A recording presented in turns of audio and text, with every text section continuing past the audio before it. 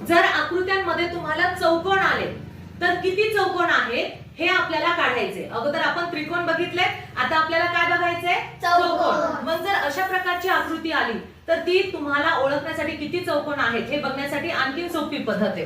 काय करायचंय? आडवी बाजू जी आहे तिथे 1 2 3 किती छोटे छोटे चौकोन आहेत? 3। ओके। आता वरती उभ्या ह्याच्यामध्ये कॉलम किती आहे? 2 कॉलम आहेत आणि याच्यामध्ये रोज किती आहे? 1 2 3। ओके। आता यांची काय करायची बघा, आडव्या यांची बेरीज करायची।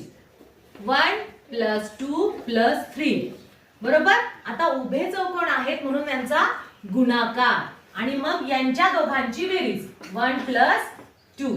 ओके। मग आता यांची बेरीज करून घेऊ आपण। यांची बेरीज किती येते? 6 मल्टिप्लाय बाय 1 + 2 किती? 3। 1 + 2 बरोबर 3। मग 6 3 जा 18। किती चौकोन आहेत रे? 18। किती चौकोन आहे?